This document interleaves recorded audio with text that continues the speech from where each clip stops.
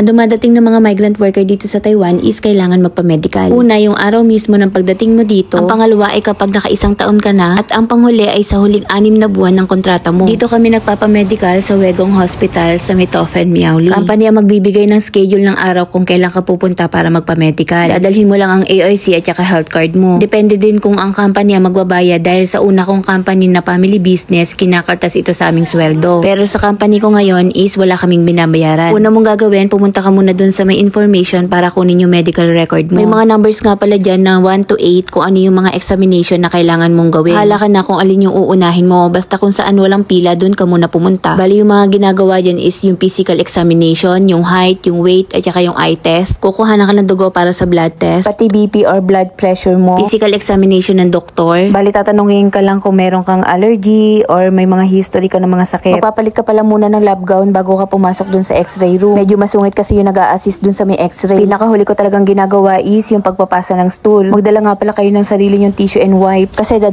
piraso lang na tissue yung ibinibigay dyan. And pag natapos mo na lahat ng laboratories, tapos ka hindi mo kailangan maghintay dyan para sa medical. Ikaw mismo ang magmamadali para matapos ka kaagad. Provided nga rin pala ng company ang service na maghahatid sundo sa inyo para sa medical.